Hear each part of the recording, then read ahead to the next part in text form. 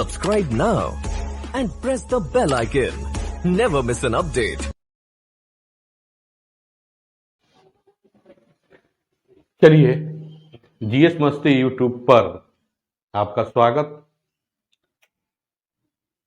चलिए हम देखेंगे सूक्ष्म शिक्षण की अगली कड़ी में हम अगला कौशल के अंतर्गत सूक्ष्म पाठ योजना देखेंगे।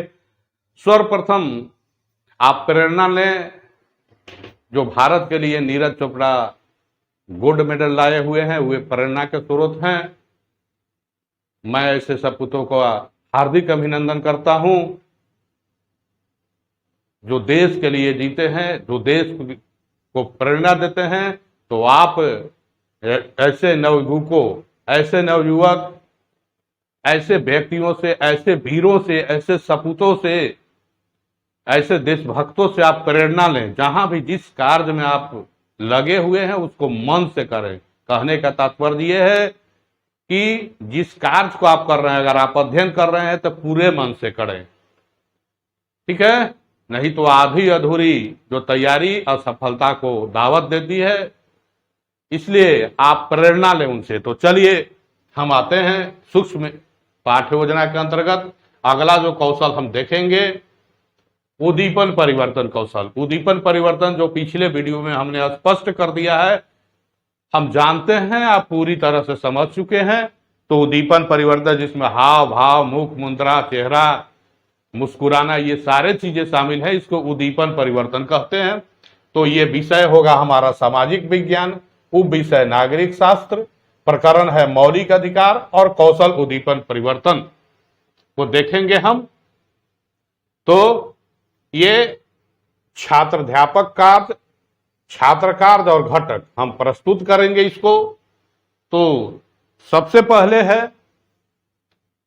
छात्राध्यापक कार्य में हम पहला जो देखेंगे, संविधान द्वारा प्रत्येक नागरिक को 6 मौलिक अधिकार दिए हैं। हम अपने वर्ग में जाएंगे, कक्षा में जाएंगे और ये मौलिक अधिकार के बारे में बताएंगे कि संविधान द्वारा प्रत्येक नागरिक को 6 मौलिक अधिकार दिए गए हैं। तो क्या करेंगे हम, उद्दीपन परिवर्तन कैसे करेंगे? तो वर्ग में इसको बताते हुए गतिशीलता लाएंगे, संचरण करेंगे, संचलन करेंगे, गतिशीलता लाएंगे। ये बताते हुए वर्ग में हम उद्दीपन परिवर्तन करेंगे। तो ये वर्ग में बताते हुए, ये जो है वर्ग में बताते हुए गतिशीलता लाएंगे। फिर हम इन मौलिक अधिकारों के बारे में आगे बताएंगे। जैसे पहला बताएंगे हम स्वतंत्रता का अधिकार। इसमें देश का जो है प्रत्येक नागरिक अपने संविधान संबद्ध प्रत्येक कार्य करने के लिए पूर्ण स्वतंत्र है। दूसरे के स्वतंत्रता का हनन नहीं होना चाहिए। इस प्रकार हम अपने स्वतंत्रता को पा सकते हैं, अपना कार्य कर सकते हैं। इसके लिए हम पूर्ण स्वतंत्र हैं। फिर अगला हम बताएंगे समानता का अधिकार। देश का प्रत्येक नागरिक एक समान है। इसमें अमीरी, गरीबी और किसी आधार पर भेदभाव नहीं किया जाता। सभी समानता का अधिकार है, सभी को एक समान अधिकार प्राप्त है। ये समानता का अधिकार है। इसको बताते हुए हम चेहरे का हाव भाव बदलेंगे।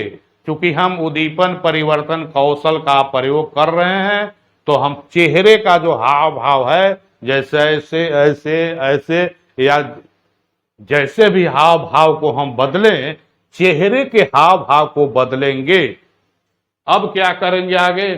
फिर हम शोषण के विरुद्ध अधिकार को बारे में बताएंगे। कोई भी व्यक्ति किसी का शोषण नहीं कर सकता।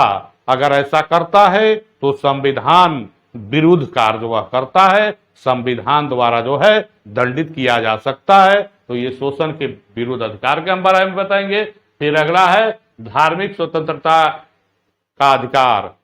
सभी व्यक्ति धर्म के मामले में स्वतंत्र हैं। राज्य किसी के धर्म के आधार पर भेदभाव नहीं करता।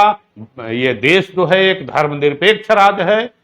किसी धर्म के मायने में पक्षपात नहीं किया जाता। इसको हम बताएंगे धार्मिक स्वतंत्रता के अधिकार में। और इसके साथ हम क्या करेंगे, स्वर में, अपने वाणी में, अपने बोली में, अपने स्वर में, अपने लफ्ज में, अपने लय में उतार चढ़ाव लाएंगे, उतार चढ़ाव लाएंगे, क्योंकि हम उद्दीपन परिवर्तन कौशल का यहाँ प्रयोग कर रहे हैं सूक्ष्म पाठ योजना के दौरान, इसलिए हम स्वर में उतार चढ़ाव लाएंगे। फिर अगला हम संस्कृति एवं शिक्षा के बारे में बताएंगे, अधिकार के बारे में। तो भाषा और संस्कृति, अपनी अपनी संस्कृति को बरकरार रखने का सभी व्यक्तियों को अधिकार है, शिक्षा पाने का अधिकार है। इन बातों को बताते हुए हम क्या करेंगे, बोलने के साथ बीच में विराम लाएंगे, अर्थात थोड़ा विराम लाएंगे, बंद करेंगे, वाक्य को थोड़ा रुकेंगे, विराम लाएंगे। फिर अगला हम संवैधानिक उपचारों का अधिकार, व्यक्ति के मूल अधिकारों की रक्षा के लिए ये संवैधानिक अधिकार जो मिले हुए हैं, जब हमारे अधिकारों का हनन होता है तो हम न्यायालय में जा सकते हैं। इसके लिए रीट हम दायर कर सकते हैं, जिसमें अधिकार परीक्षा, उत्प्रेषण, बंदी प्रत्यक्षीकरण, प्रतिषेध, ये सारे जो रीट हैं हम कर सकते हैं अपने अधिकारों की रक्षा के लिए। तो हम क्या करेंगे, ये चित्र दिखाकर शिक्षक एक जगह ध्यान केंद्रित करेंगे, चित्र दिखाएंगे और शिक्षक जो है अपना एक जगह ध्यान केंद्रित करेंगे।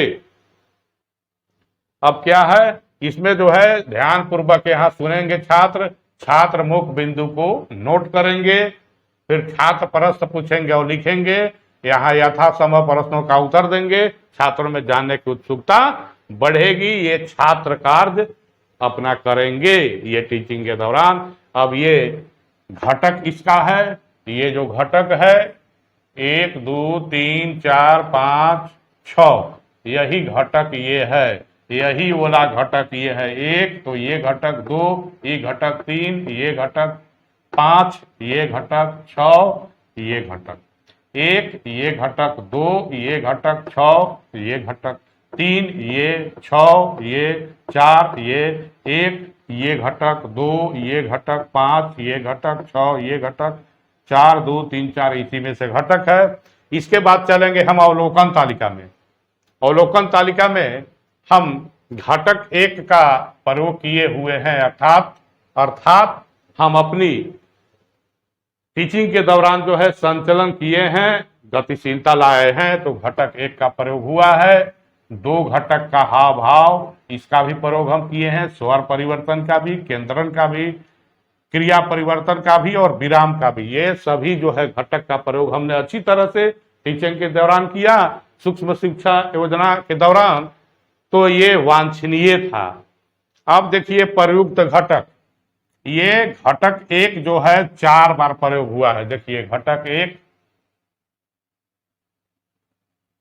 1 2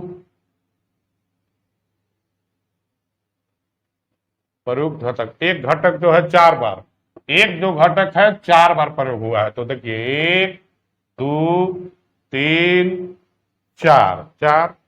अब ये 2 जो घटक है 4 बार प्रयुक्त हुआ है, ये 2 जो घटक है 4 बार प्रयोग हुआ है। देखिए 2 1 2 3 4 बार। ये जो 3 घटक है 3 बार प्रयोग हुआ है, 1 2 3। ये जो 4 घटक है 2 बार प्रयोग हुआ है, 4 घटक 2 बार, 1 2।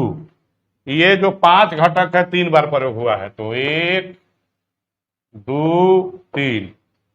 ये जो 6 घटक है 3 बार प्रयोग हुआ है, 1 2 3। इस तरह से ये प्रयुक्त घटक हैं। इस तरह से हम अपनी सूक्ष्म पाठ योजना को देखें, उद्दीपन परिवर्तन को।